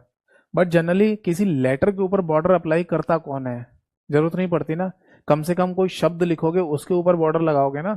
तो यहां से हम लिखेंगे कि अगर किसी वर्ड यानी शब्द के ऊपर बॉर्डर लगाना है लगा सकते हैं, किसी सेंटेंस के ऊपर बॉर्डर लगाना है लगा सकते हैं, या फिर किसी पैराग्राफ के ऊपर बॉर्डर लगाना चाहें तो वो भी लगा सकते हैं। और इसी तरीके से एक पेपर में क्वेश्चन पूछा गया, उसमें यह लिखा गया कि बताओ बॉर्डर कहां कहां पर लगाया जा सकता है। ऑप्शन में लिखा था वर्ड, सेंटेंस, पैराग्राफ, और एक और शब्द लिखा हुआ था और वो था पूरे के पूरे दस्तावेज या डॉक्यूमेंट पर। क्या पूरे के पूरे डॉक्यूमेंट पर, जैसे सपोज दैट के आपका ये एमएस वर्ड की फाइल का पेज है, ठीक है, तो क्या आप इस पूरे पेज पर है ना बॉर्डर लगा सकते हैं ऐसे, तो हाँ लगा सकते हैं। बट ये बॉर्डर का ऑप्शन आपको यहां नहीं मिलेगा, ये बॉर्डर का ऑप्शन आपको मिलेगा डिजाइन वाले मेन्यू के अंदर। ठीक है, अगर कलेक्टिवली देखा जाए कि बॉर्डर कहां कहां लगाया जा सकता है तो फिर है ना 4 आंसर होंगे या 4 पॉइंट होंगे, वर्ड, सेंटेंस, पैराग्राफ और डॉक्यूमेंट। पूरे डॉक्यूमेंट पे यानी पूरे पेज पे भी लग जाता है, पेज बॉर्डर बोलते हैं बेसिकली उसे। बट ये दो चीजें हैं, दो अलग अलग। होम के अंदर जो बॉर्डर दे रखा है इससे केवल वर्ड, सेंटेंस और पैराग्राफ पर बॉर्डर लगता है, और डिजाइन वाले इस मेन्यू या टैब के अंदर पेज बॉर्डर नाम का टूल दे रखा है जिससे पेज के ऊपर बॉर्डर लगाते हैं, ये वाला। ठीक है, वो मैं आगे लिखवाऊंगा आपको। समझ में आ गई बात। ठीक है जी, आगे बढ़ते हैं। अब इसके बाद है ना एक और इंपॉर्टेंट टूल यहां पर दिया हुआ है जिसे बोलते हैं इंडेंटेशन। इंपॉर्टेंट भी है और कई शॉर्टकट की भी इससे जुड़ी हुई है। अगर इंडेंटेशन लिखा हुआ नहीं आया तो लिखा हुआ आएगा इंडेंट द पैराग्राफ। कोई हिंदी नाम होता है इसका? नहीं, हिंदी में कोई नाम नहीं होता। ऐसे लिखा हुआ आएगा इंडेंटेशन बताओ क्या होता है, या इंडेंटेशन के रिगार्डिंग कौन सा स्टेटमेंट सही है, या इंडेंटेशन की शॉर्टकट की क्या है, ऐसे क्वेश्चन आते हैं। अब इसे समझते हैं कि ये होता क्या है। देखो, जब आप एमएस वर्ड की फाइल में काम कर रहे होंगे ना बेटा, तो वहां पर है ना आप देखेंगे कि ये एक पेज है जिस पर आप टाइपिंग कर रहे हो। तो यहाँ ऊपर की तरफ और लेफ्ट साइड में दो तरफ है ना आपको रूलर दिखाई देता है। क्या दिखता है? रूलर, रूलर ये दिखाई देगा। अब आप बोलेंगे सर रूलर से क्या होता है? देखो, रूलर से ही सेट होता है आपका जो भी आप टेक्स्ट लिख रहे हैं ना, उसको रूलर से ही सेट करते हैं कि वो कहाँ से लिखा जाएगा। इसे तो कहते हैं टॉप रूलर और इसे कहते हैं लेफ्ट रूलर। तो पहला क्वेश्चन तो ये बनता है आपके सामने कि एमएस वर्ड के पेज पर आपको रूलर किस दिशा में या किस तरफ दिखाई देता है? तो आंसर है दो तरफ, टॉप में भी और लेफ्ट में भी। पर ज्यादातर केसेस में जिस रूलर की हमें आवश्यकता पड़ती है वो टॉप वाला ही होता है, लेफ्ट की ज्यादा आवश्यकता पड़ती नहीं है। पर लेफ्ट में भी रूलर दिया गया होता है। तो फिलहाल के लिए ये रूलर लेफ्ट वाले को अब हम कंसीडर नहीं कर रहे क्योंकि इसका हमारा यहाँ पर कोई काम नहीं है। ठीक है, ये रूलर नाम का जो टूल है ना, ये भी आपको मिलता है यहाँ व्यू वाले मेन्यू के अंदर। अगर कभी आपका मन करे कि ये वाला रूलर आपको देखना ही नहीं है, हटाना है आपको, लेफ्ट वाला और टॉप वाला, तो आप हटा भी सकते हैं। वरना बाई डिफॉल्ट केस में स्वतः ही तो अपने आप दिखाई देगा। पर हटाना चाहें तो रूलर में एक शो नाम का ग्रुप होता है, उसके अंदर ये टूल दे रखा है कि आप रूलर को भी हटा दीजिए। समझ में आ गई बात? चलो अब आ जाते हैं इसी टॉपिक पर, इंडेंटेशन पर। एक्चुअली होता क्या है कि इस रूलर पर है ना कुछ नंबरिंग डली होती है। जैसे 1 लिखा आएगा, फिर कुछ डॉट से होंगे, फिर 2 लिखा आएगा, फिर डॉट से होंगे, 3 लिखा आएगा, और ऐसे करते चले जाएं तो लास्ट में 15 तक लिखा हुआ आता है, 1 से लेकर 15 तक ऐसे नंबरिंग डली होती है। तो यहां बेसिकली है ना इस नंबरिंग जो डली हुई है इस पर आपको 3 पॉइंट दिखाई देंगे। इस रूलर पर आपको 3 पॉइंट दिखाई देंगे, एक ये, एक ऐसा और एक ऐसा। ये जो 3 पॉइंट है ना इस रूलर के ऊपर, इसी से ही है ना हम एमएस वर्ड की फाइल में किसी पैराग्राफ की पोजीशन को सेट करते हैं। और पैराग्राफ की पोजीशन को ही सेट करना इंडेंटेशन कहलाता है। देखो, पैराग्राफ वाले ग्रुप में है ना तो सारी कहानी पैराग्राफ के इर्द गिर्द घूम रही है। तो पैराग्राफ में जो लाइनें हैं उसकी पोजीशन को सेट करना ही क्या कहलाता है? इंडेंटेशन या इंडेंट द पैराग्राफ कहलाता है। कैसे, समझाता हूं। ये जो ऊपर वाला सिंबल आपको दिख रहा है ना, ये इस सिंबल को बेसिकली कहा जाता है first line indent. First line indent यानी कि किसी भी पैराग्राफ की पहली लाइन की पोजीशन को सेट करने वाला इंडेंट। ये जो आपको दिख रहा है नीचे, इसको कहते हैं, जो लेफ्ट साइड में है इसको कहते हैं लेफ्ट यानी कि बायां इंडेंट। और इसी बायां इंडेंट को एक दूसरे नाम से भी बोल देते हैं generally, hanging indent. Hanging indent, ठीक है। अभी कुछ समय पहले एक पेपर में ये क्वेश्चन भी पूछा, हैंगिंग इंडेंट वाला। और ये जो आपको राइट साइड में दिख रहा है तो इसे राइट इंडेंट कह देते हैं। राइट यानी कि दायां इंडेंट ये कहा जाता है।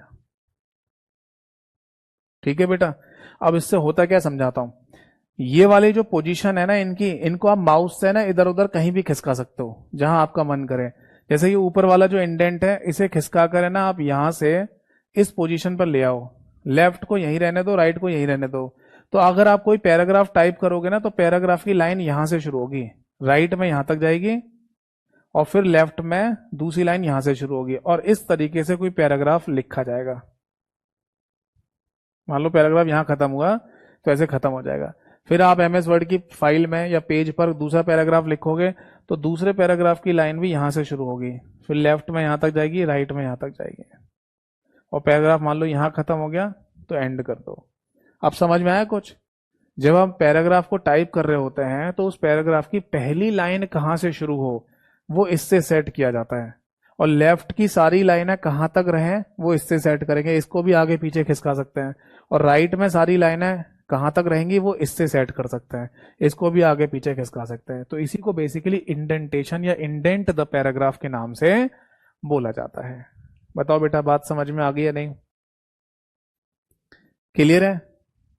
तो ये तीनों जो पॉइंट है ना बेटा, इनको माउस से पकड़ के आप जहां मन करे वहां खिसका सकते हो। ये आप ही के ऊपर होता है, आपके ऊपर है कि फर्स्ट लाइन इंडेंट को कितना भी आगे पीछे कर लो, लेफ्ट को आगे पीछे कर लो, राइट को आगे पीछे कर लो, आपके ऊपर है।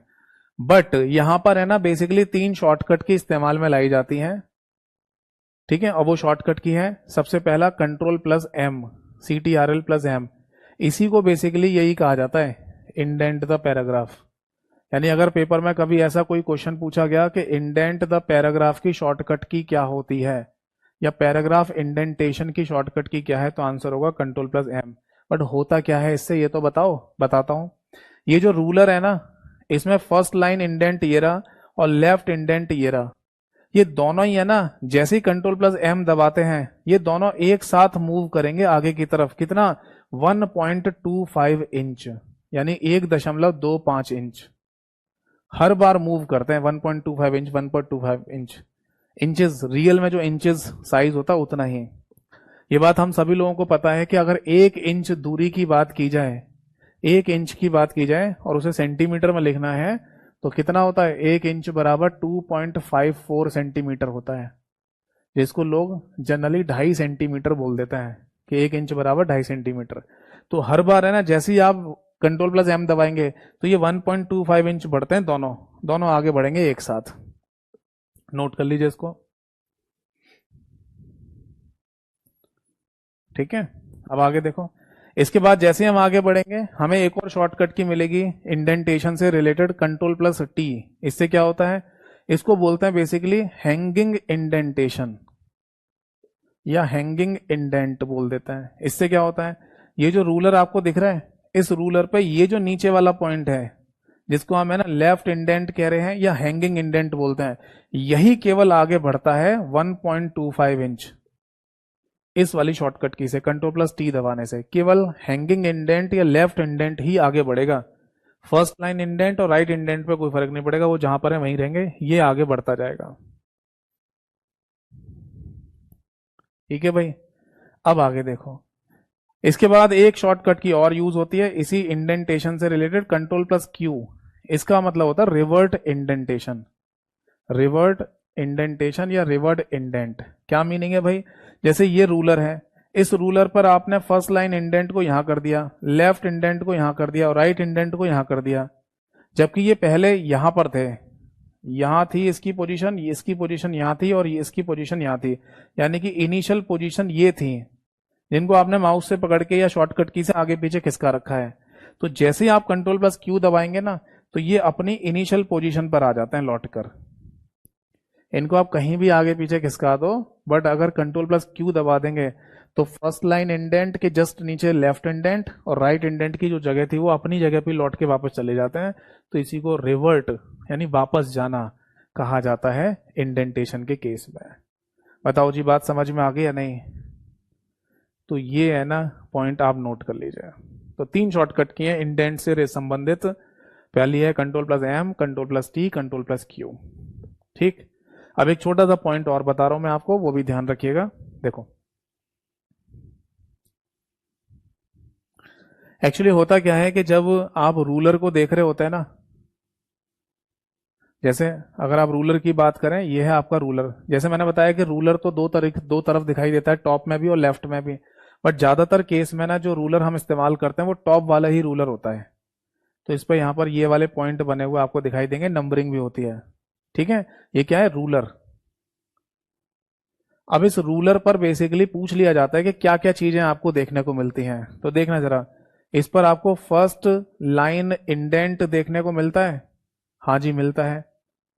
इसी रूलर पर आपको लेफ्ट इंडेंट देखने को मिलता है। हाँ जी, मिलता है। इसी रूलर पर आपको राइट इंडेंट देखने को मिल रहा है। हाँ जी, मिल रहा है। इसी रूलर पर आपको एक चीज और मिलती है जिसे टैब स्टॉप बॉक्स कहते हैं, या टैब स्टॉप भी कह सकते हैं आप। ये और मिलता है यहां पर। ये टैब स्टॉप क्या चीज होती है? वो होता है यहां पर इस वाले पॉइंट पर एक जगह बनी होती है बिल्कुल छोटी सी। जब मैं प्रैक्टिकल करके दिखाऊंगा तब आप पूछ लेना, मैं बता दूंगा, दिखा दूंगा, मतलब कि इस रूलर के साइड में यहां पर एक जगह और बनी हुई है। इस वाले पॉइंट से ना आप टैब की पोजीशन, मतलब टैब के स्पेस को सेट करते हैं। अब ये कौन सा टैब स्पेस है मैं बताता हूं। आपने देखा है कीबोर्ड पर जब टैब वाली की होती है उसे अगर आप दबा दें तो एक ही बार में ज्यादा स्पेस छोड़ा जा सकता है। वैसे तो कीबोर्ड पर जो सबसे लंबी बड़ी की होती है जिसे स्पेस बार कहते हैं, उससे एक सिंगल स्पेस आता है। हर बार स्पेस बार को दबाएंगे एक सिंगल स्पेस आएगा, दबाएंगे सिंगल स्पेस। बट अगर आप एक ही बार में लंबा चौड़ा स्पेस देना चाहते हैं तो टैब वाली की को दबा सकते हैं। तो उस टैब वाली की को दबाने से कितना टैब स्पेस देना चाहते हैं आप, वो है ना यहां से सेट कर सकते हो आप। फिर से सुन लीजिए, कीबोर्ड पर जो टैब वाली की दे रखी है उससे कितना स्पेस देना चाहते हैं एक बार में, वो यहां इस वाले पॉइंट से सेट किया जाता है। तो इसी को टैब स्टॉप कहते हैं। अभी बीते कुछ समय पहले एक पेपर हुआ है जहां ये क्वेश्चन पूछा गया कि बताइए रूलर पर इनमें से कौन सा ऑप्शन नहीं होता है। तो एक ऑप्शन तो दे रखा था ये वाला फर्स्ट लाइन इंडेंट, एक दे रखा था लेफ्ट इंडेंट, और एक ऑप्शन दे रखा था टैब स्टॉप, और एक ऑप्शन पे दे रखा था सेंटर इंडेंट। तो क्वेश्चन था इनमें से कौन सा इंडेंट नहीं होता है। तो क्या सेंटर इंडेंट के नाम से कोई इंडेंट होता है? नहीं होता। वही हमारा सही आंसर था। तो टैब स्टॉप भी है ना रूलर के बिल्कुल साइड में दिया हुआ है, तो उसको भी रूलर पे ही कंसीडर किया जाता है। ठीक है, नोट कर लीजिए, कोई डाउट है तो पूछिए।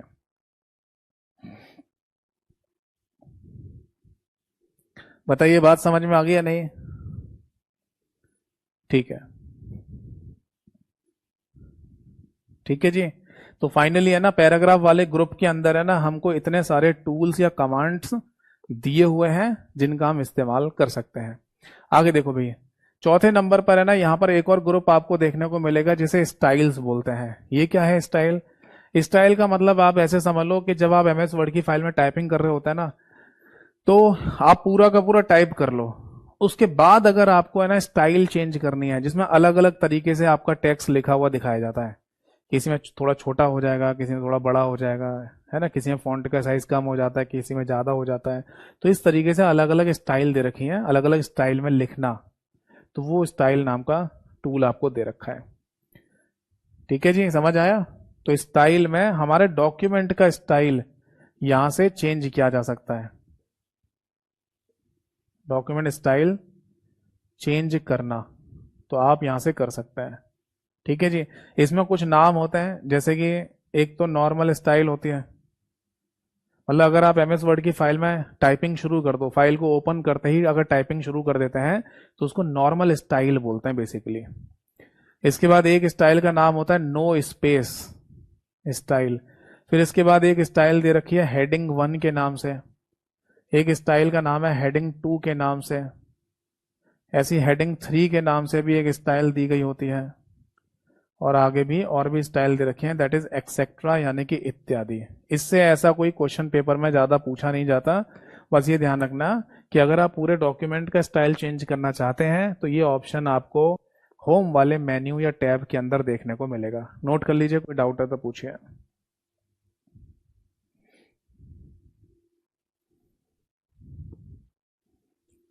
क्लियर, समझ में आ गया सभी को?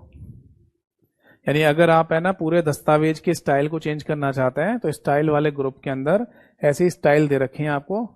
तो या तो आप पहले से कोई स्टाइल सेलेक्ट कर लो या फिर पूरा का पूरा डॉक्यूमेंट लिख लो, उसके बाद अगर कोई स्टाइल चेंज करनी है तो आप कर सकते हो। ठीक है, आगे देख लो इसी में। इसके बाद है ना 5वें नंबर पर है ना आपको एक और ग्रुप यहां देखने को मिलेगा जिस पर लिखा हुआ आता है एडिटिंग। एडिटिंग, इसके अंदर है ना बेसिकली आपको टूल मिलता है फाइंड करने का, आपको रिप्लेस करने का, और आपको गो टू करने का। ये 3 टूल है ना आपको यहाँ पर दिए जाता है। वैसे इनकी अपनी शॉर्टकट की भी होती है।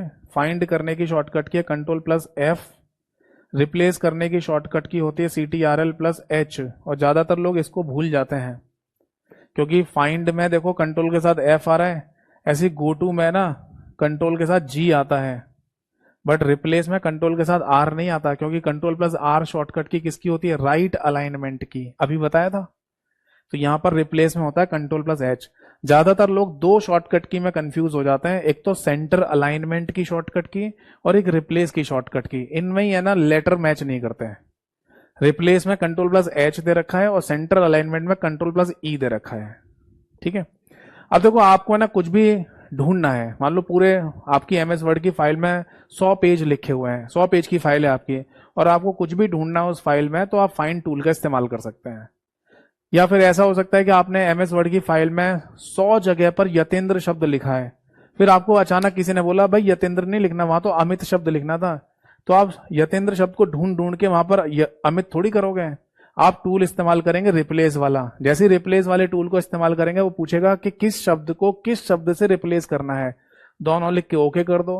अगर पूरे दस्तावेज में 100 जगह यतेंद्र शब्द लिखा होगा, वो तुरंत ही 1 सेकंड में अमित शब्द से रिप्लेस हो जाएगा।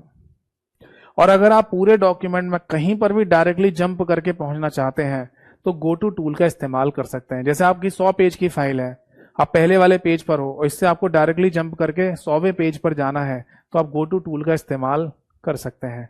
या पेज में ही कोई सेक्शंस वगैरह आपने बना रखे हैं, उन पर डायरेक्टली जंप करके आपको पहुंचना है तो गो टू टूल का इस्तेमाल कर सकते हैं। ठीक है, अब एक इंपॉर्टेंट बात बताने जा रहा हूं, ध्यान से सुनिएगा। जैसे माइक्रोसॉफ्ट 365 या इसको कलेक्टिवली MS3 या ऐसे बोल दो, क्योंकि हम MS वर्ड को पढ़ रहे हैं ना, तो माइक्रोसॉफ्ट 365 में MS वर्ड को वर्ड 365 के नाम से बोला जाता है। तो इस वाले वर्जन में, यानी कि इसी वर्जन की बात चल रही है और वर्ड वाले एप्लीकेशन की, इसमें क्या कर दिया है, एक छोटा सा चेंज कर दिया है। यहां पर है ना, जैसे ही आप कंट्रोल प्लस F दबाते हैं तो अब जो फाइंड जैसा खुल के आता था ना पहले पुराने वर्जन में, वो नहीं खुलता, अब खुलता है नेविगेशन पैनल। नेविगेशन पैनल खुलकर आएगा आपके सामने। ये कैसे खुलता है, कहां दिखता है? सपोज दैट कि ये MS वर्ड की फाइल आपने ओपन की हुई है, तो यहां खुल जाता है लेफ्ट साइड में, ये ऐसे खुल के आ जाएगा नेविगेशन पैनल। काम इसका अभी भी वही सेम है, यानी अगर आपको अपने पूरे डॉक्यूमेंट में कुछ भी सर्च करना है, फाइंड आउट करना है, तो इस नेविगेशन पैनल में लिख दो यहां पर, वो सर्च करके आपको दिखा देगा कि ये चीज कहां लिखी हुई है। यानी कि नेविगेशन पैनल और फाइंड दोनों का मीनिंग सेम ही है, पर थोड़ा सा चेंज या बदलाव के साथ दे दिया है आपको।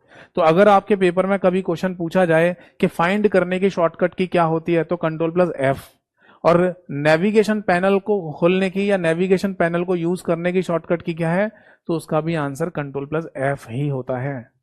पुराने वर्जन में फाइंड टूल इस्तेमाल होता था, अब नए वर्जन में नेविगेशन टूल इस्तेमाल होता है। नेविगेशन का मतलब ही होता है ना ढूंढना। जैसे गूगल मैप नाम की जो एप्लीकेशन आप इस्तेमाल करते हैं किसी रास्ते को ढूंढने के लिए, तो गूगल मैप नाम की एप्लीकेशन को भी नेविगेशन ऐप कहा जाता है, नेविगेशन एप्लीकेशन कहा जाता है। समझ में आ गया? चलो, तो ये बात ध्यान रखिएगा। अब नेक्स्ट आगे बढ़ेंगे, तो ये हो गया 5वां। इसके बाद 6वां नाम, 6 नंबर पर आपको यहां एक और ग्रुप दिया हुआ है और उस पर लिखा आता है वॉइस। ये क्या है? वॉइस के अंदर है ना आपको बेसिकली मिलेगा वॉइस टाइपिंग नाम का टूल। ये क्या होता है भाई वॉइस टाइपिंग? देखो मैं बताता हूं आपको। आपने ना अभी तक MS वर्ड की फाइल में अगर कभी काम किया है, अगर आपने टाइपिंग वगैरह की है, तो ट्रेडिशनल मेथड का इस्तेमाल किया होगा, और वो ट्रेडिशनल मेथड होता है कीबोर्ड से टाइप करना, है ना? यही इस्तेमाल में ला रहे हो आप, कीबोर्ड से टाइपिंग करते हैं MS वर्ड की फाइल में, जो भी दस्तावेज लिखना लिखते जा रहे हो। बट अब आपके पास 2 और टूल हैं, एक वॉइस नाम का, जिसको वॉइस टाइपिंग कह दो या डिक्टेट कह सकते हैं, डिक्टेट करना, है ना? यानी इसके लिए आपको माइक लगाना पड़ेगा, जैसे मैंने लगा रखा है, या तो अलग से लगा लो, या फिर अगर आपके पास लैपटॉप है तो लैपटॉप में भी पहले से एक इनबिल्ट माइक होता है, तो उसका इस्तेमाल भी कर सकते हैं। यानी कि अब आप बोलेंगे उससे भी टाइप हो जाएगा।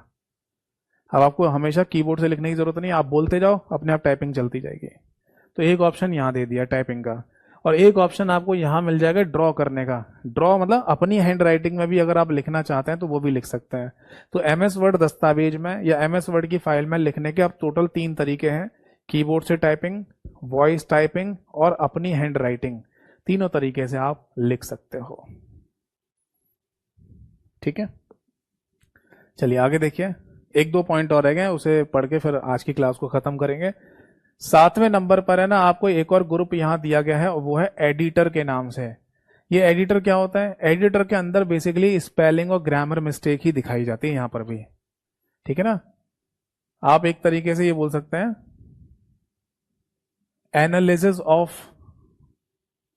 एनालिसिस ऑफ डॉक्यूमेंट, ऐसा लिख सकते हो। हिंदी में इसे कहा जाएगा दस्तावेज का विश्लेषण, दस्तावेज का विश्लेषण। मतलब ये एमएस वर्ड का एक ऑटोमेटिक फीचर है जो खुद ही है ना जज करेगा कि आपने कितना सही लिखा है कितना गलत लिखा है। बेसिकली यहां पर दो चीजें मेन होती हैं, एक तो स्पेलिंग और ग्रामर मिस्टेक, वो भी यहां पर दिखा दी जाती है। आप बोलेंगे सर स्पेलिंग और ग्रामर मिस्टेक का तो अलग से कॉन्सेप्ट होता है एमएस वर्ड में। हाँ होता है, वो हम आगे डिस्कस करेंगे, ठीक है। बट फिलहाल यहां पर भी एक नया टूल दे दिया है जिसमें आपकी एमएस वर्ड डॉक्यूमेंट या दस्तावेज का एक विश्लेषण तैयार करके दिखा देगा। यानी जैसे आप एमएस वर्ड की फाइल में जो भी लिखना है लिख लो, और उसके बाद इस एडिटर टूल का इस्तेमाल करेंगे ना तो राइट साइड में ये खुल के आ जाएगा एडिटर, और यहां सारी चीजें दिखा देगा।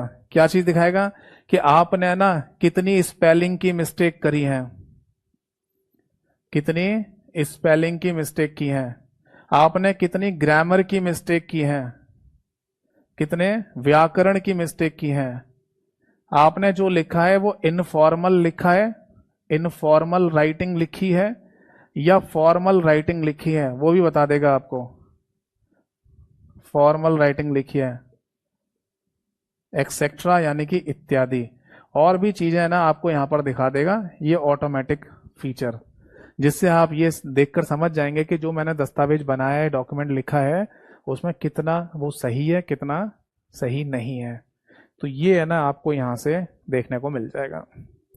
अब आप बोलेंगे सर स्पेलिंग और ग्रामर मिस्टेक के ऊपर भी एग्जाम में क्वेश्चन पूछे जाते हैं, तो मैंने कहा ना स्पेलिंग और ग्रामर मिस्टेक को एक प्रॉपर डिटेल में समझाऊंगा। यहां पर यहां दिया हुआ है वो टूल रिव्यू के अंदर, वहां उसे ढंग से समझ लेंगे।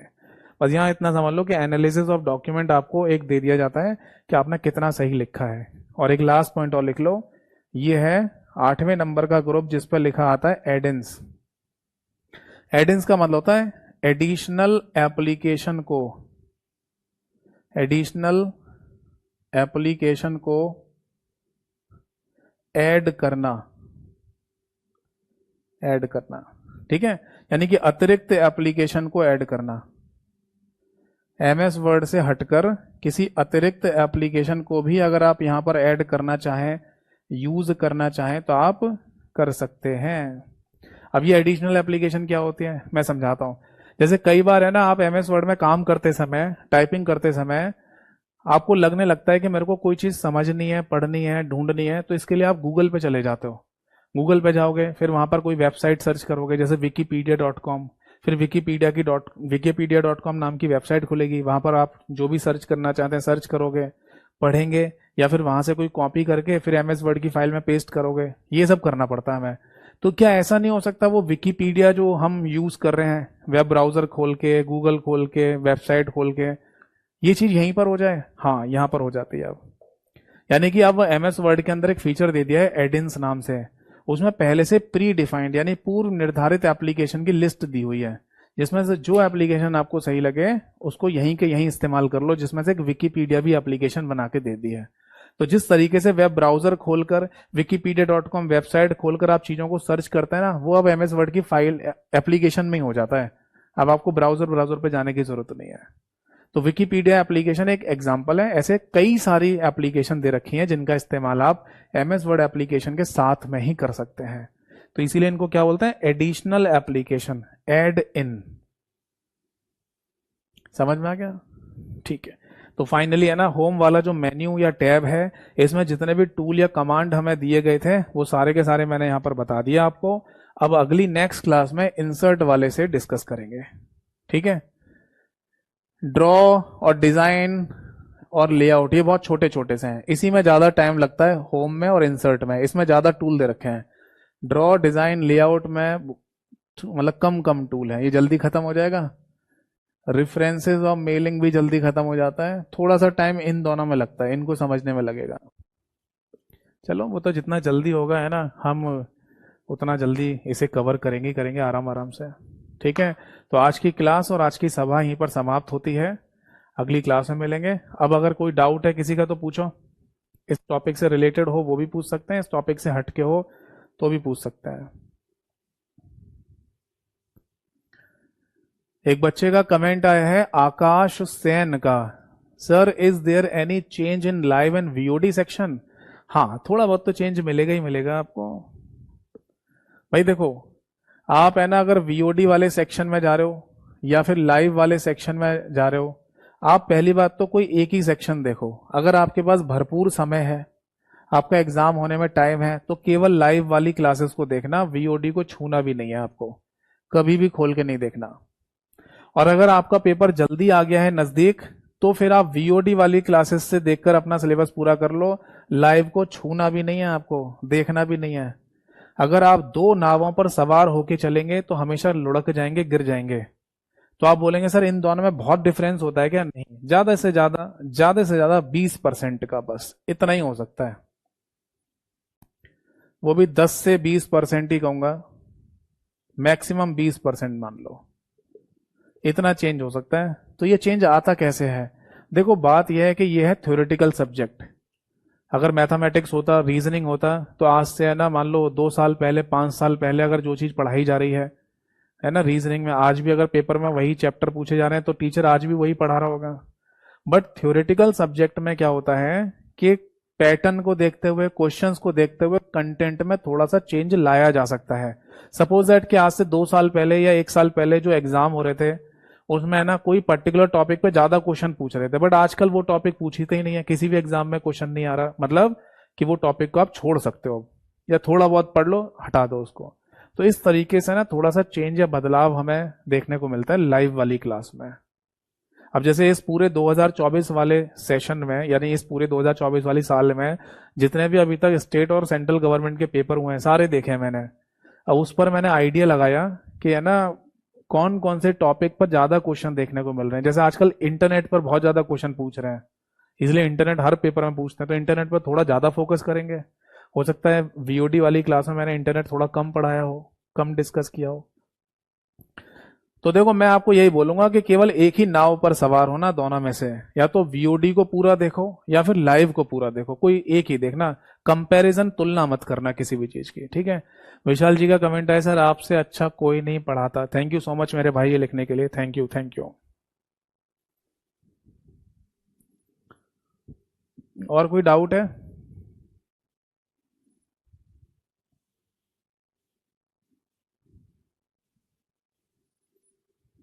चलो, अब वैसे भी टाइम पूरा ही हो गया है, तो आज की क्लास और आज की सभा को यहीं समाप्त करते हैं, अगली क्लास में मिलेंगे। और जाते जाते यही बोलूंगा कि कभी भी पढ़ते समय कोई डाउट आए तो आप मेरे से डाउट पूछ भी सकते हैं। कौन सा डाउट? एमसीक्यूज में, थ्योरेटिकल नहीं, वो तो क्लास में ही पढ़ना है, क्योंकि व्हाट्सएप पर पूरी थ्योरी नहीं पढ़ा सकता। तो अगर कोई एमसीक्यू पढ़ते समय डाउट आए तो आप मुझे व्हाट्सएप पर भी पूछ सकते हैं। व्हाट्सएप नंबर मैंने क्लास के शुरुआत में आपको दिया ही था, और जितना जल्दी होगा मैं रिप्लाई करने की पूरी कोशिश करूंगा। बट आप जब भी डाउट पूछें अपने बैच का नाम लिखकर ज़रूर भेजा करिए। जय हिंद, वंदे मातरम।